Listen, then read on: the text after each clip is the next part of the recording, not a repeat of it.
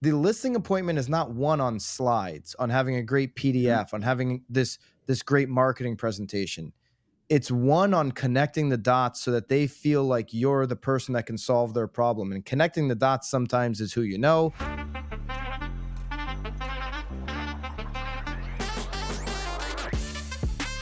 If you're not getting educated about local and national real estate market conditions or news, you're doing yourself, your client base a disservice. This is the Knowledge Brokers Podcast. I'm Tom Toole. We've got Byron Lazine here, but we got a special guest, close friend of mine, consistently.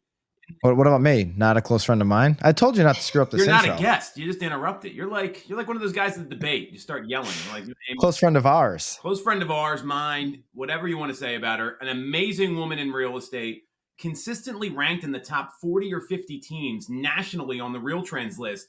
The world famous Jill Biggs. Jill, thanks for coming on. Excited to chat with you here. I know you've done a lot of prep for the pod. Tom, you didn't mention how attractive I am. Well, that'd be kind of weird since we're friends, you know. I mean, okay, well, whatever. If they're on YouTube, they're smashing the like button right now, Jill, for you. So best hair in real estate as well, easily. Yeah, Tom's in his beach house. Jill, you're not in your beach house, right? Did we cover that? No, I am in my beach house. I'm you are in the beach side house. apartment in my beach house. So 2 beach houses to no beach house in the office. The guy who lives in Florida and Connecticut is apparently not a beach house, but he's got a saltwater pool. Don't forget that, Jill. Don't let him sell. He's selling himself short here. I don't have a saltwater pool. My pool, is highly chlorinated, but I do have a saltwater hot tub. Wow, that's interesting. You guys should absolutely come here right after this podcast. We should get down there. You haven't invited us yet. Yeah. We should get to the beach house. Open invitation. I don't buy the open invitation stuff. In fact, you said right before this podcast that if I don't get a personal invite from Byron to come to Bandmania, you want to come. So what's the difference? Okay, so pick a weekend. You guys come down here. I have 2 guest houses plus a big house, lots of room, and and lots of alcohol. How close is? Where's the closest golf course, Jill? How close are we talking? You fucking kidding me? Closest golf course? I don't know. You know what? I will find you a golf course, and I will suck up to somebody who will take you golfing if you will come. It sounds brilliant to me. Maybe we can have a Realtor.com mastermind there, since Realtor.com's in the news. I think we want to lead off with that story. And Tom, wait, can we invite Gary Ashton? He's a total blast. And if we're going to, I love Gary. Of course, Gary Ashton, apparently big fan of the show, reached out to me. I need to get with this guy. He's been consistently like the #1 team in Remax forever. So I'd love to have Gary there. You should already have a relationship with Gary, being 2 Remax guys, Tom. No, Remax does a very poor job of networking and doing those things. So they have a poor job of bringing their CEO on this pod as well. I mean, he's the #1 Remax agent in the world. That's how he says it. In the world. No, he is. We should do a Realtor.com mastermind. And before we launch into the first topic, the Realtor.com, or really the parent company move, and then CoStar Group, parent company of Homes, the drama that's been going on there, let's give context. Obviously, the audience, we've been covering some Realtor.com stories, Jill. We had Damien on the pod maybe a month or 2 ago. Obviously, the audience knows myself and Tom are Realtor.com partners. I have MVIP. Tom has MVIP or something like MVIP, whatever it's called. They got a few different names. It's not the same in our market. Same idea. We have it as well. Jill's probably one of the top 5% spenders in the country. Is that safe to say, do you think? 10%, 5%, 1%? Oh, I spend a lot. Jill spends a lot. She's a highly valued partner at Realtor.com. She's not a suck up like Lisa. She won't get a villa at the next event, but she's up there in the rankings. So more sucking up. We're all partners with Realtor.com. That being said, Jill, I've been very critical at times of Realtor.com. I've also given them their due. Like Damien was great on the pod. We really thought that their second buyer advocacy campaign was well done. The toolkit that they have online is well done. So there's been a balance there. We're keeping it down the middle. We're not showing favoritism. We don't expect you to either. But if Tom, if you want to set up the what's going on here in the Realtor.com world, and we can dive in. Let's do it. Absolutely. So July 9th, just a few days ago, the National Advertising Division, the NAD, recommended CoStar Group discontinue 2 claims regarding their website traffic on Homes.com. One, Homes.com just reached 156 million unique visitors, and 2, Homes.com now has double Realtor.com's traffic. Move Inc., the parent company for Realtor.com, brought these to Fast Track Swift, which is an expedited process for single-use advertising cases. And that comes just a week after there was a lawsuit filed alleging that they stole trade secrets from Realtor.com, CoStar, that is, with an employee that had been at both companies. So, and obviously, I look at this here, and in the statement shared from CoStar Group, they said we surpassed Realtor.com. They're sliding into obscurity.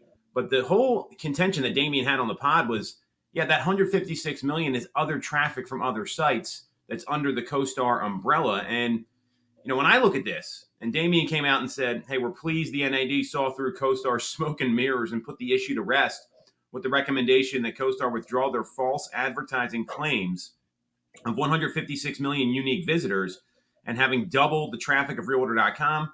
The contrast with CoStar is becoming increasingly clear. CoStar has misled Homes.com customers, while Realtor.com has remained focused on growing a quality audience and quality leads for both buying agents and listing agents. And when I see this stuff, I think we were talking with, I think it was Mark Graham when the news broke, Byron. The truth always comes out, right? Or he sent you the story or something like that. No, we were in a text group with Mark. Obviously, Jill knows Mark from Realtor.com. I wouldn't have blown up his name like that, but since you did, shout out to Mark Graham. He sends a paywall link of the story. Yeah, that was it. And I send him back the nowbam.com article. It's like, Mark, share this one. There's no paywall, so that people don't have to guess what it says. But yeah, anyways, he sent us the story, and then I sent him back the BAM article. And the conversation was, it was nothing more than sharing the story, but it's, hey, the truth always comes out. And I did a reel about this today, and it's funny seeing the comments after it, where a lot of people are basically saying they've worked with Homes.com. I mean, these are anecdotal. It's right on Instagram, and they haven't gotten what was promised. I know they came to my office and pitched me. I'm sure it happened to Jill. I'm sure it happened to Byron. Hardcore. If I talked about what they wanted, based on we're already getting leads and what they were promising, it was certainly we did not pull the trigger. However, hopefully they come around and things change so it works for teams. Not sure. Won't comment on it. Not trying to make any enemies. However, But what I asked him was, hey, where's the data? Show me the data behind this. And they couldn't give us anything. And so because they don't have any. We asked 17 different ways. Yeah. And well, that's kind of my point here, Joe, right? Is that when you ask for the data, you don't get it. And then this happens and they're making these claims. I mean, the truth comes out. There's ways to report stuff. I mean, this is no different than the real estate agent who goes around inflating their numbers, and you pull them up on the MLS and they haven't sold anything since the Cold War. The way I look at this, the Homes.com traffic, it's certainly significant traffic, whether it's the 110 million or the culmination of all those different numbers, or the 156 million. Obviously, NAD told them not to use that. It could be misleading, so they are no longer going to lead with that in their advertising. But like Jill, and you're talking about your decision not to basically purchase a partnership with Homes.com based on where they are in their trajectory right now. That could change in the future for all of us. I'm not a paying partner of Homes.com right now either. And I've said to Homes, you just don't have a plan for team. You have a plan that's designed for single agents. And I would only really advise a single agent probably carrying 10 or more listings to even consider it. With the way they're set up now, things can change, and they do have significant traffic, but significant traffic and then brand loyalty are two different things. So all of us, Jill, I would assume you're running Google pay-per-click. We're all running Google pay-per-click. So when you run Google pay-per-click and you compare your conversion rate on those leads versus, say, your Zillow Flex account or your Realtor.com account, there's a huge gap in that. Maybe it's different for you, Jill, but for me, there's absolutely a huge gap. Yep. Yeah, we convert 80% higher. You know, if you're converting 1% of for us, like 1% of our PPC versus 5% of Zillow Flex, say, or 5% for, near 5% for Realtor.com, that's an 80% gap between the two. Because when they land on our website through Google pay-per-click, there's not, even though we have great market share in Connecticut and could throw out all those numbers, that website doesn't have the brand loyalty or brand equity that Marciera website, that Zillow's website, or Realtor.com's does. And Right. so you're getting ads that are pushing people into homes.com, and it doesn't yet have that type of brand, despite the $1 billion marketing plan that CoStar is putting into the efforts here. It doesn't have brand loyalty or brand equity like Realtor.com, like Zillow.com. Yeah, no, like we're not, we asked for data, there wasn't data. We do get, leads from them. And it just, right now, the numbers don't make sense. But, in the future, hard to say what happens with that. However, it doesn't make sense now. And that's, maybe they have nothing for teams. It's not built out for that. But we do have a lovely rep who stops by my office every week. When you say you do get leads, those are going to whichever agent has the listing because they don't have it set up for teams. So do you have a feeling on how many leads, or is it all, are you listing everything under one umbrella? So we list everything under one umbrella. So you can actually see the accurate amount of leads, where I can't see it because we list under agent name. Yeah, no, we can see it. It's just what we're getting and what they're, talking about. Their delivery is not consistent, and it just doesn't, the numbers don't make sense. Would you compare the quality of the lead? Because we've talked about in this pod, RDC being a very qualified lead, even more so qualified than maybe any other portal. So would you compare the Homes lead to a Google PPC lead, which is top of the funnel, maybe a lot further out, and there's a lot more, follow up and education involved? 100%. Yep. The leads that we're getting, right, because our rep comes by and my ops is tracking that. They're like, we're not converting. It's not, it just isn't worth it. It doesn't make any sense. It's not the same as RDC or Zillow. So. Well, from what I understand from talking to them, is it's kind of like the Zillow 1.0 product, right? Where they're talking about impressions, and then you've got to build out the profile and do all those things. And while that was effective at the time with Zillow, I think that worked for a lot of people. Yes, but that pricing was the pricing was different. Yeah, that's where I'm going, and it was up to the agent, right, to build it out, because there would be people. I'd be at Tom Ferry conferences or some real estate thing, and everyone's like, "Oh, Zillow leads suck," and then you go on their profile and they have one review. They don't have their sales uploaded, and they have some headshot from 5 years ago. So, there's something to the product, and that's where I think agents got to be really careful. You got to know what you're getting into, because how many times do you two get pitched on hot new leads in your zip code and what's going on? And Jill's demonstrating what being a knowledge broker is really about, which is show me the data. What are the numbers? Does the ROI make sense? And that's how you need to run a business, because on these comments I've seen, and I see it in like the Bright MLS, like community groups, people are saying homes.com is a ripoff. And I don't know what their profile looks like. I haven't looked at it, but you're not asking the right questions. This is all of, what can my money do for me? And is it going to give us a positive ROI, regardless of the lead source? It doesn't have to be homes.com. It could be anything else. I just don't think that they have, that info. And whatever info they have, they're not sharing it. Anyway, we could go on and on about it, until they create something that converts better and that is team centric. It doesn't work for us. Yeah, and I think that's why it was important for Jill, you to finally join us here on Knowledge Brokers Pod. Our friend, mine, Tom, and Lisa's. That she's our friend. You asked me to do an intro, and I did an intro. But Jill has been a leader across the country on placing a bet early. If it's, I'm going to go all in on Zillow leads or Realtor.com leads. 2006, when it was the internet. You've been ahead of the curve on this stuff. When you see something that is working, you don't just kind of dip the toe, you push the chips in the middle. And so, if somebody like, if you're not spending the money there yet, it's a little too early. Potentially that could be different in other markets. So we're not making a blanket statement here.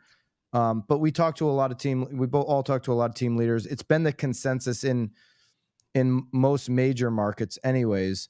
But we'll see where it goes. Yeah, And so I think, no negative. Happy to jump on the bandwagon when things change. I like it just doesn't make sense at this point.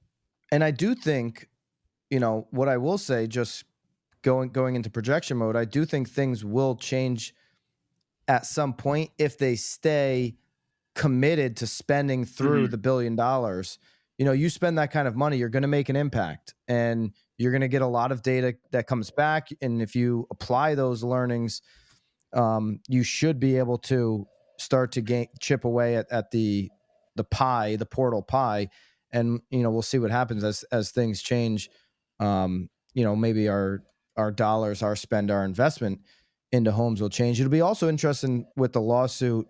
They've been going ever since CoStar tried to buy Realtor.com for like upwards of $3 billion a few years ago, when CoStar really started making a push into residential.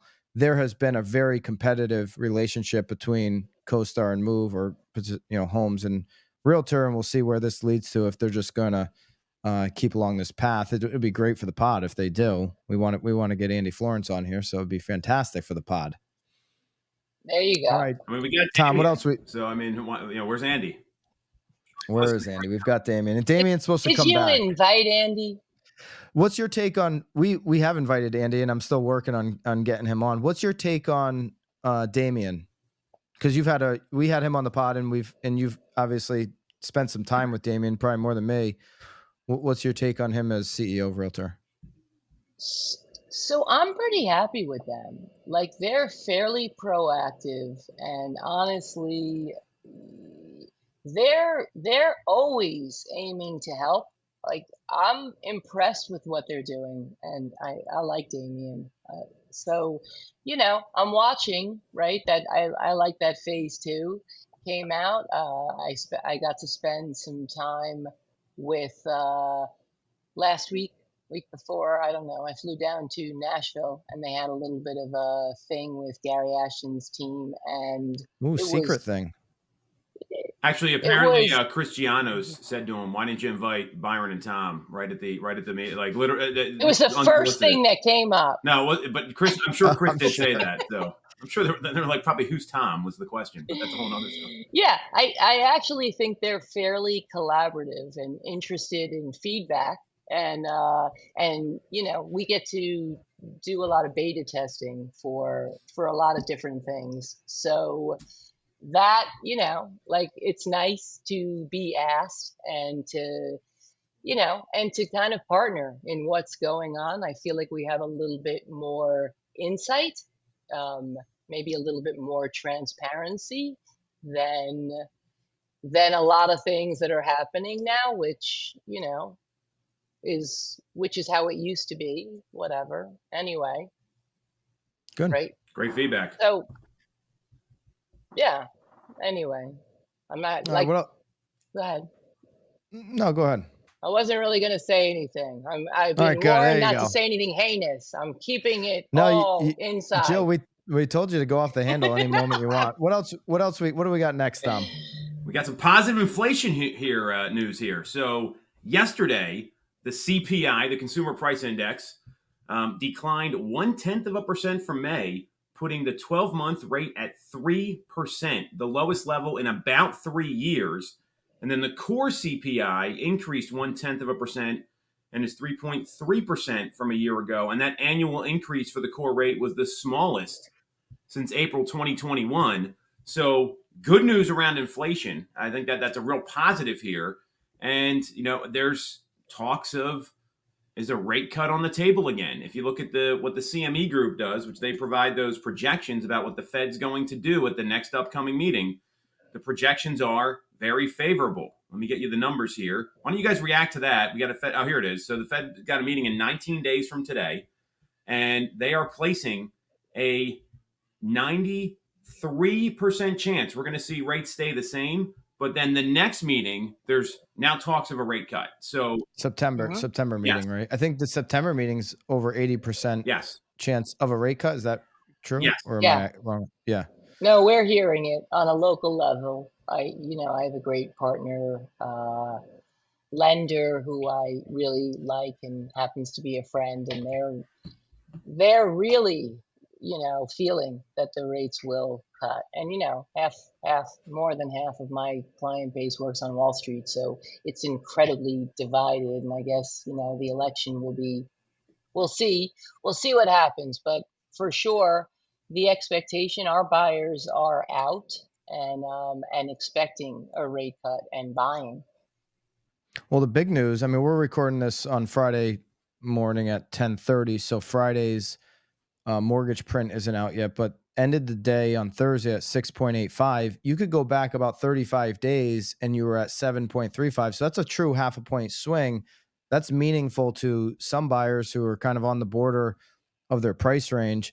So you've already had a reaction to that. Unfortunately, this morning we had on the supplier inflation a little bit hotter than expected, but I think the CPI is the bigger one, and that's why the markets reacted the way that they did. So if it continues to trend down and those numbers, the bets come in where they're going to have a cut in September, that would be meaningful. Jill, how many agents do you guys have right now?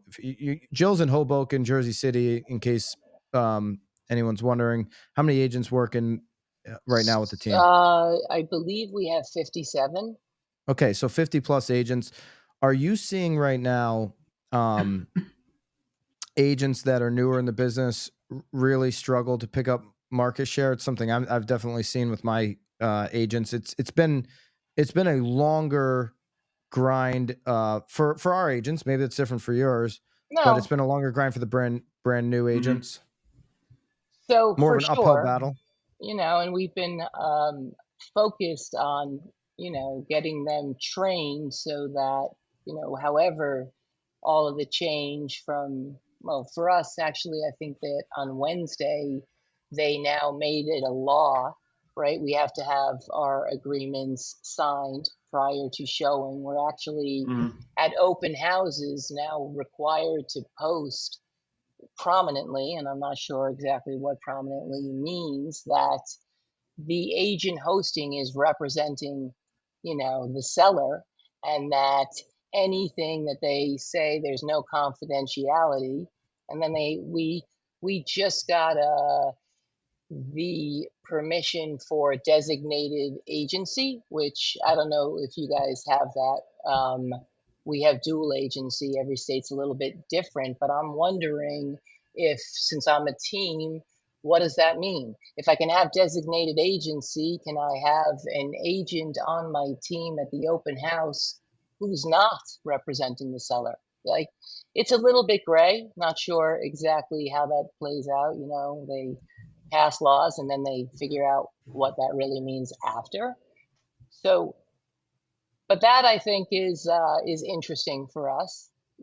We're starting to see some people are, at least in the MLS, offering out zero compensation. However, when you're calling them, they're actually still offering compensation. So it hasn't become the Wild West yet, but I'm trying to get my agents just able to articulate their value proposition. So yeah, so you got newer agents and all agents really that are kind of learning all of that stuff, the realtor stuff. And it sounds like Jersey has some new laws around open houses, and that's a Jersey thing. Well, yeah, the governor signed a bill, so that Okay, Wow. Okay. yeah. So you guys have, every state's going to have their own thing wrapped up into settlement. So that's one bucket of changes for agents. And then the other thing here, just the restrictive policy, going back to, Fed, the restrictive policy on rates, which has suppressed transactions.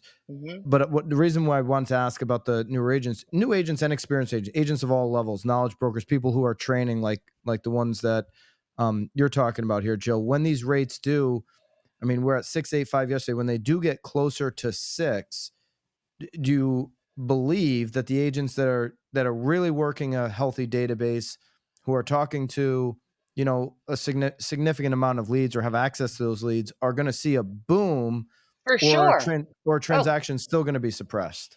No, so honestly, and every market is hyper local and also price point specific. So there's differences. We have, I think 25% more inventory than we did last year at this time, and days on market are climbing.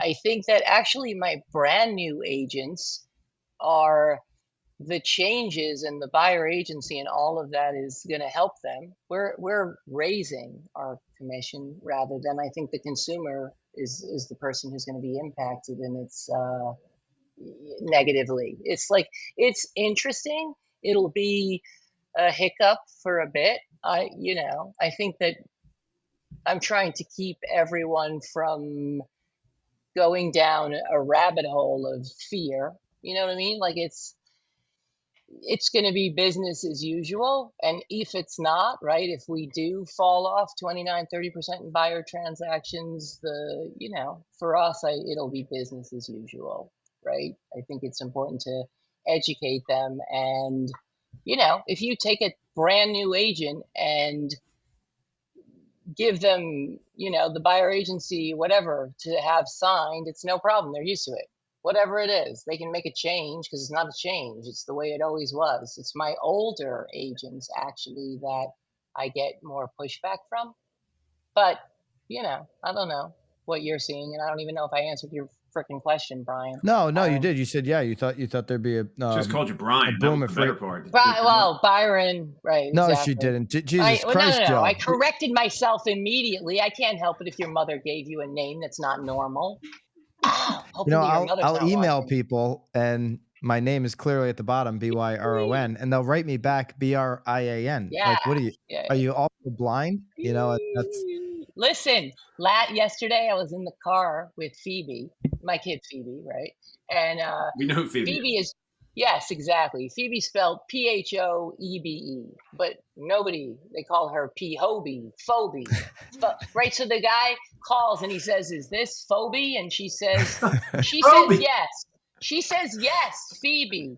And he says, "Oh, Phoebe." She says, tomato. And it's like, I didn't even give a shit. But she rolls with it. It's a good salesperson. That's a good skill. Byron, answer your question. It is taking longer for new agents to get ramped up. I think we're yep. And we're all. But is this gonna the ones that stick? The ones that stick in, even the experienced agents that are like finding it a little difficult right now with the suppression of transactions.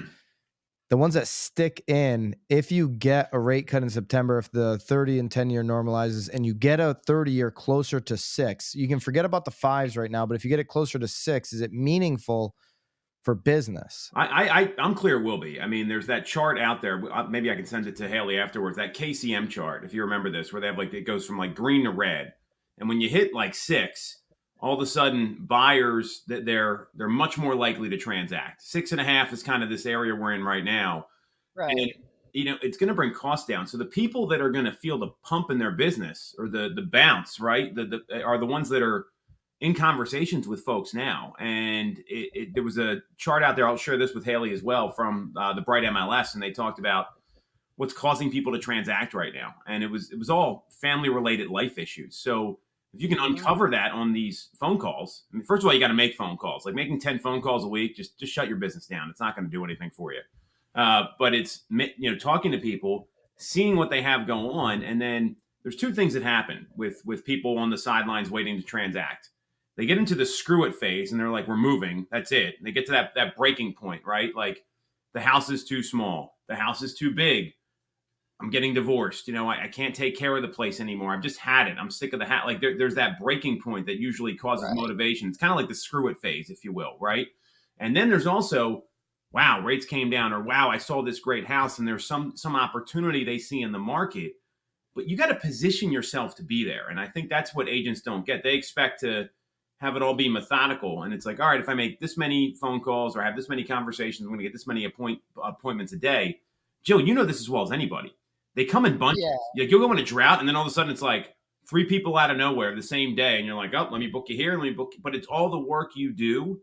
Well, if you And don't have a lot of balls in the air mhm. and you're not, and you're not on top of it, like my market, just because we're so following New York City, no matter what happens, right? You're getting hired, you're getting fired, right? We have a constant state of movement, but it's definitely at the higher price point, like caused a pause.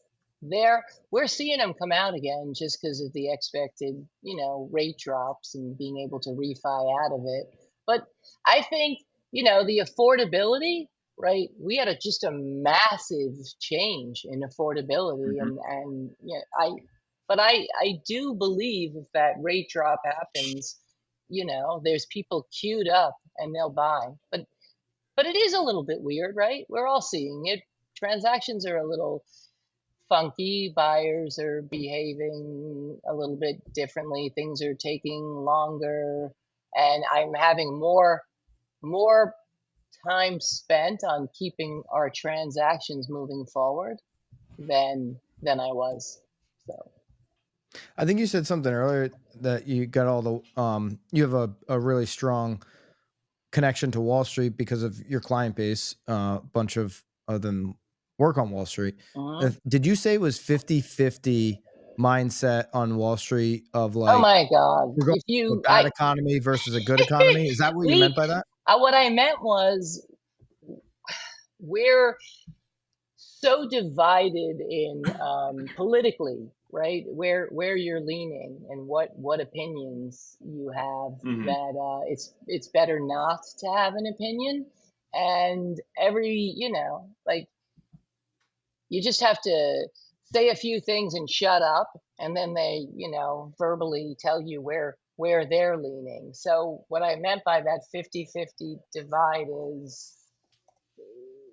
is more political, and what the election is going to do and how that impacts, us, how it impacts housing. And I meant that. Does that make sense, Byron? Yeah, no, that does make sense. That you're saying they're letting politics kind of guide their opinions, even on the on the economy a little bit. Yeah. Well, Yeah. and So one of my favorite podcasts, or probably my favorite podcast, All In, not besides Knowledge Brokers, of course, but All In My podcast. favorite podcast is mine, but after that, Yeah, it's I believe in me, but I also enjoy All In podcast. They were talking about it's just their pod this week, the views on the economy based on where you sit politically, and they went kind of all the way back um, to Clinton. So Clinton, when he was more, as they described him, a moderate, more, brought a lot of the people in the middle together. And so then you went to Bush, hmm and you had the Democrats really not like the economy. Obviously, you did have some things happened during Bush presidency. You had the great financial crisis, all of that, but you had an overwhelming majority of Democrats not like the economy versus Republicans. Then you switch to Obama, and you have it flip. You have the Republicans hmm hating the economy, and the Democrats thought it was the best thing in the world. Then you go to Trump, it flips again. Democrats thought that economy was trash. Trump fans thought it was the greatest, and same thing. It just keeps bouncing back and forth with, depending on which way you lean politically, that's hmm how you view the economy. And so you do get a lot of differing opinions right now. Is Powell actually landing the plane softly? Are we going to have, get back down to close to 2% inflation, start cutting rates, and still have a strong job market, and all of these things that look like they may happen, but depending on where you sit politically, you may put a different spin on that because you're rooting for something else pre-November to make your case stronger. Yeah, and just where I am, it's most states are leaning in whatever direction they're leaning. Where I am, because Oh, they're we're leaning one way where you are.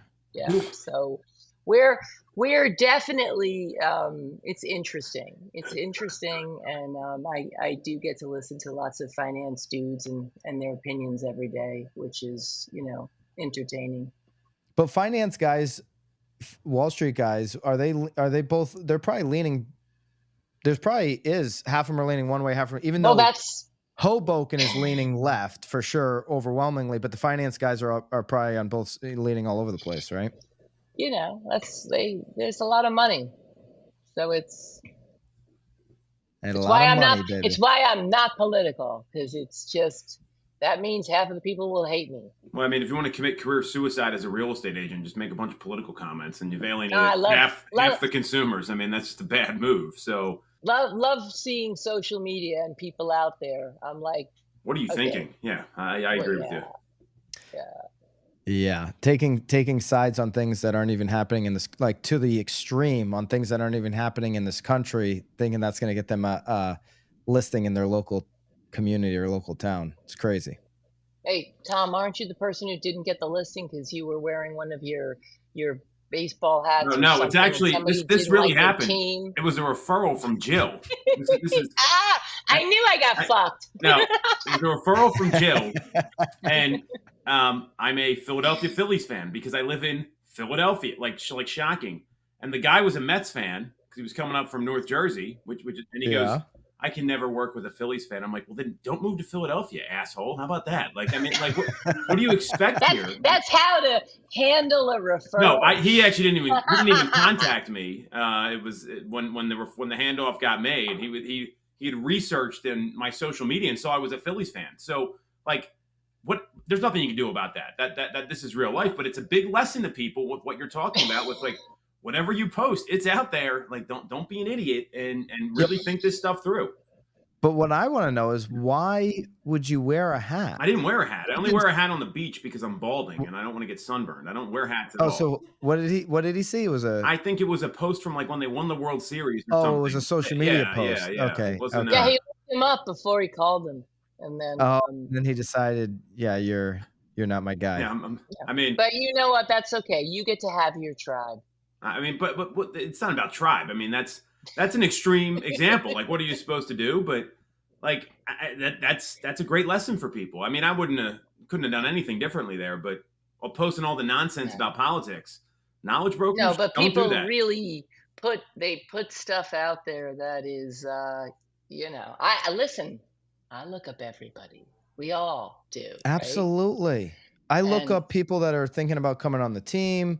If somebody, we just talked about this 2 days ago. We were doing some listing presentation discussion in the office up here in Connecticut. And I said, how many of you guys are looking on LinkedIn, Facebook, Instagram, Googling the children before you go on that listing appointment? Do I know one of the children or know somebody who knows one of the children so I can get an in and get some type of preemptive consideration?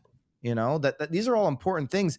The listing appointment is not won on slides, on having a great PDF, on having this great marketing presentation.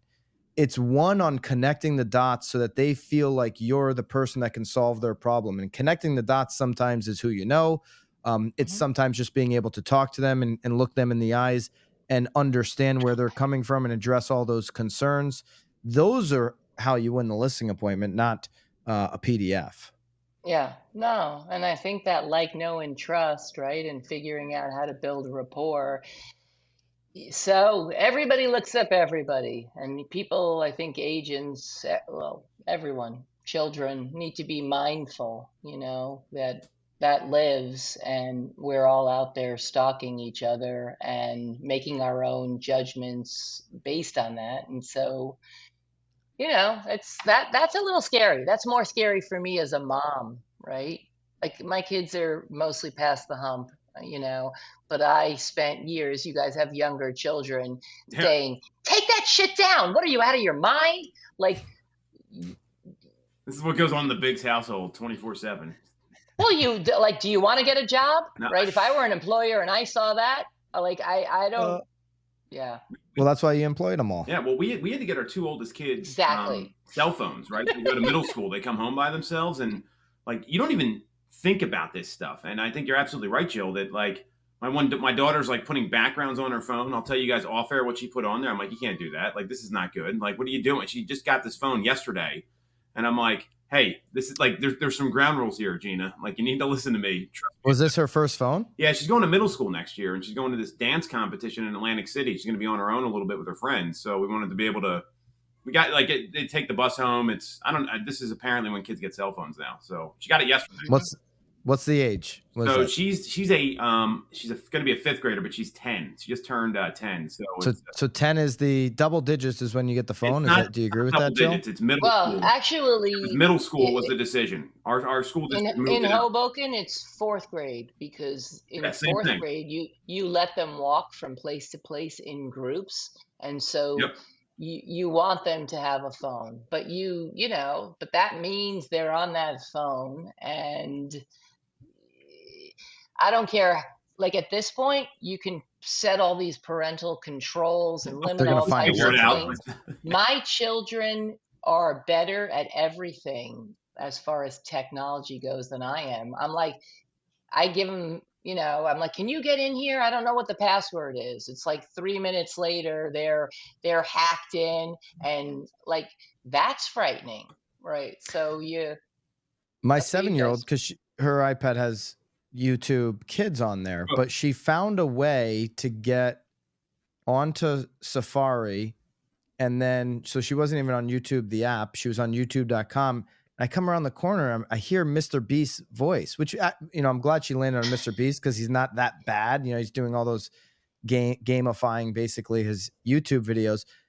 I'm like, what are you watching? She's like, Mr. Beast. Like everybody watches Mr. Beast. I'm like, yeah, but he's not on YouTube Kids. How'd you get there? And she just showed me how she navigated over. I'm like, I said to my wife, I said, you got to have some control over here. You got to figure this out. She's like, I don't have time to make dinner. Never mind, figure this out. YouTube's a dangerous place. I mean, they'll have. I mean, I think every parent's kind of run into that, and you think it's kid safe, and there's some crazy stuff coming on. So it's. But Joe, you're right. I mean, it's when the kids start going out on their own. It's the phone is the real thing. Like that's where the phone scares me because like the iPad is something that we put over here. We can charge. The phone becomes like this is mine. You're not supposed to look at this. It's like looking in.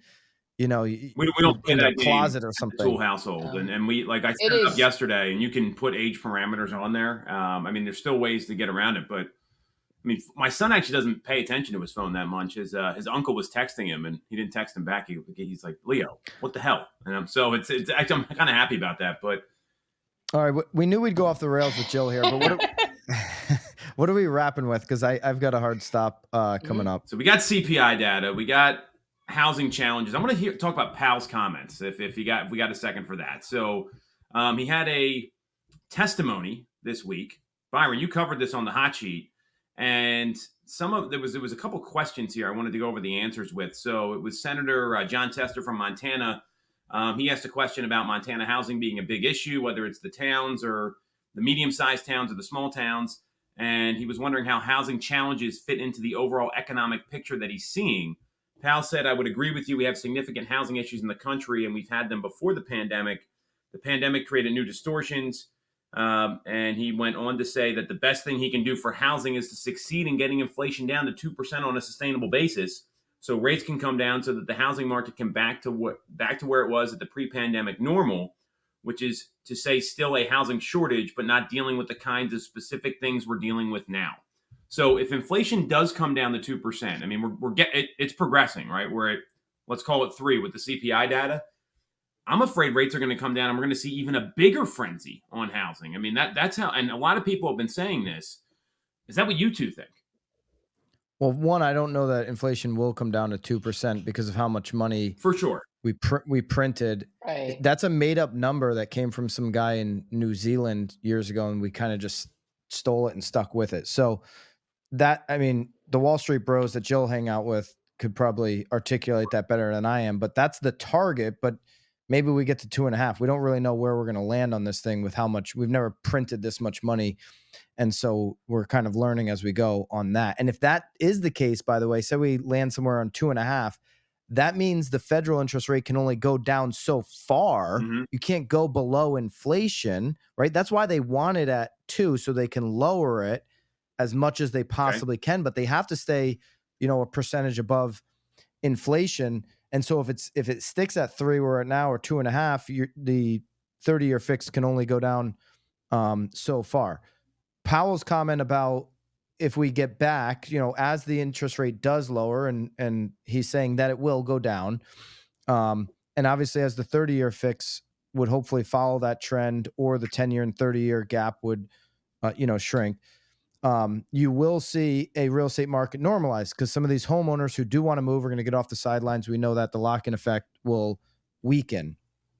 But he continues to make the point to separate the housing recession from him in particular by saying, even in 2019, we had a housing shortage. So we're just going to go back to the housing shortage that we already had. He's kind of separating himself from the overall housing issue, putting it back on Congress, which it is ultimately their issue. It's not Powell's issue. Congress does nothing to support affordable supply in the country, both sides of the aisle, whether talking about the Senate or the House. They can't get together on releasing regulations on builders in exchange for lower price housing. And so he's right. Unless we address supply, we're not going to have a solution on inventory. That's my take on it. Yeah. You want me to comment? That's why you're on the pod. Yeah, Jill, come on. Honestly, everything that has been built in my market in the past few years has been rentals. And as far as they're not affordable, right? Affordable housing, they're going to have to build, right? And our builders, for the most part, aren't building, right? Because of financing and construction loans. And I don't know where it's different, right? It depends on where you are in the country as to land and the ability to build affordable housing. So would your community be supportive of real affordable housing being built? So how's that? Where I am, we really don't have land, right? There are neighborhoods as you go. Well, you could take an 20 office 30. building and turn it into affordable housing, maybe. It'd be very expensive to do, which is why they'd have to get some tax breaks in order to do it. But right. So I think that they are giving tax breaks, right? We do have redevelopment zones where they offer tax breaks, and there's a lot of interesting deals that are made. And trades after they make these deals, and then the affordable housing gets pushed to an area that it wasn't originally given that designation. You know what? Affordable housing is tough, right? And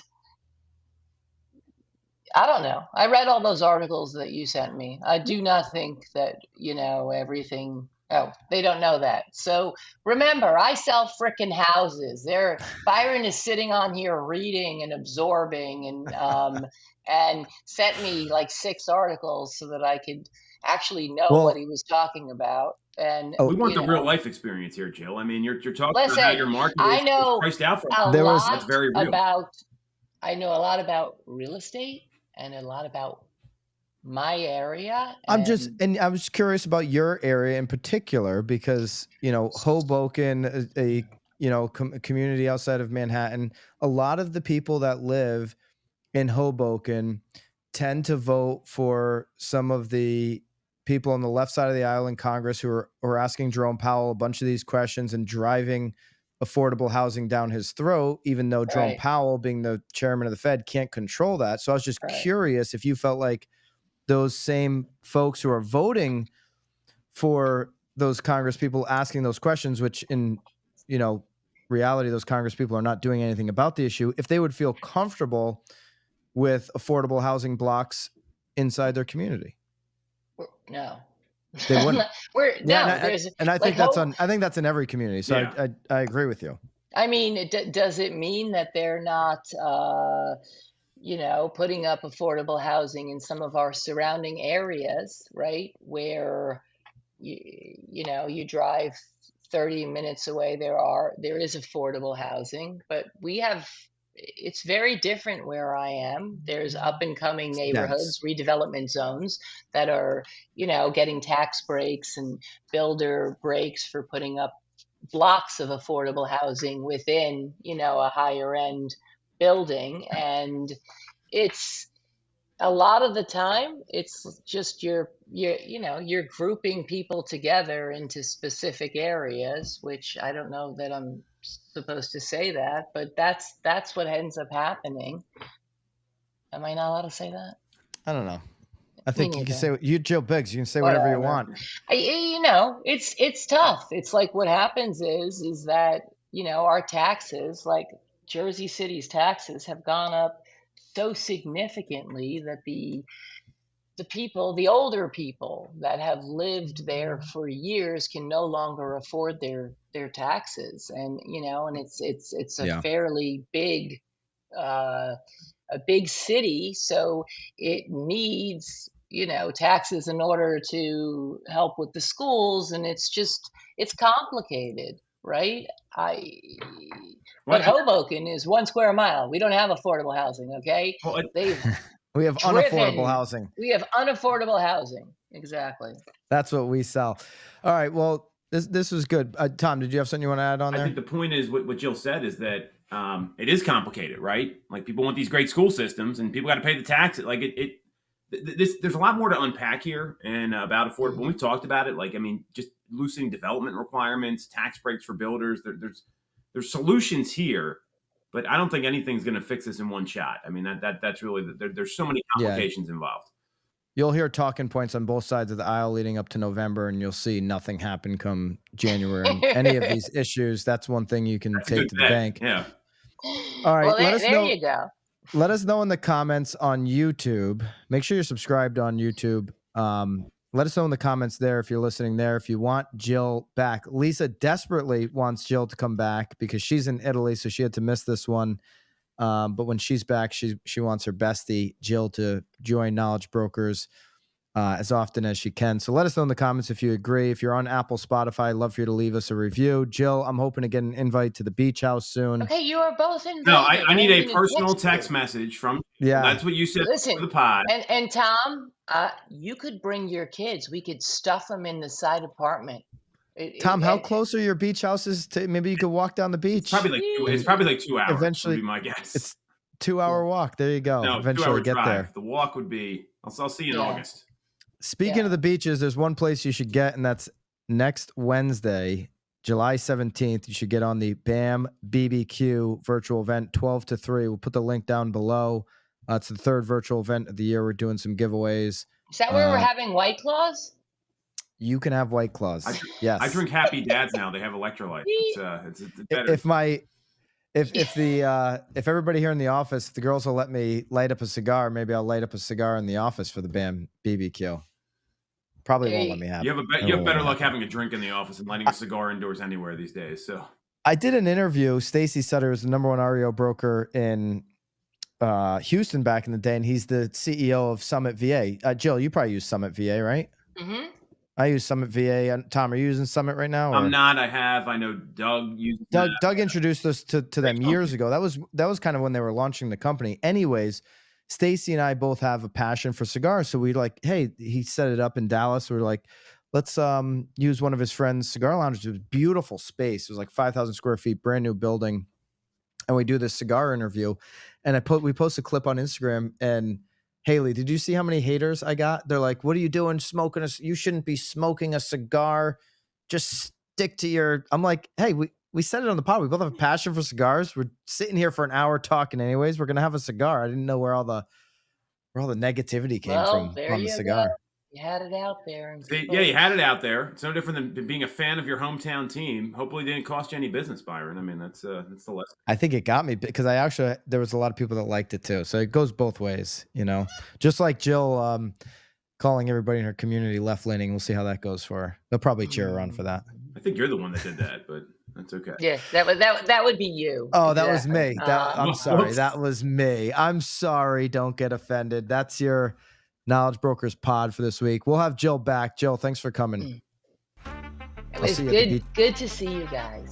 Good to see you. Sure. I want to see you in person at the beach house. Okay. All right. Perfect. At BAMX, we listen to what real estate professionals want and need. That's why our platform is filled with sought-after courses, content, and tactical assets for your business. And that's why we launched BAMX in a box with templates and scripts done for you, delivered each Friday. The best part? It's not coming from panel pontificators who bought their followers and don't sell any real estate. It's coming from top agents, team leaders, and content creators in the industry. It's education that actually shows you how to do what you need in today's market. And now it includes editable templates and scripts so you can easily deliver that knowledge to your database. Every day, we continue to add more content into BAMX, into our private Facebook community, content that works, content that our members have exclusive access to daily. Do not wait any longer. Use code KNOWLEDGEBROKERS and join the thousands of agents taking their business to the next level today. Use Knowledge Brokers for 10% off. See you in BAMX. We know that in 2024, your business operations will be more important than ever. Once I figured this out, my business was able to scale and take off. See, generating leads is one thing, but getting that deal across the finish line while keeping everyone happy is another story. Enter Mosaic, everything you need once a lead becomes a client. Mosaic picks up where CRMs leave off to streamline the client experience and maximize your productivity. It's the operating platform that gives agents and teams everything they need to stay organized and proactive throughout the entire transaction process and beyond. Transaction management, forms, AI-powered collaborative search, client retention capabilities, and advanced analytics for your business. In other words, you can use Mosaic to create a powerful flywheel for your business. It will help you close every deal, boost your profitability, and generate more repeat and referral business. If you need a better way to run your business, check out the link below and learn how Mosaic can help you today.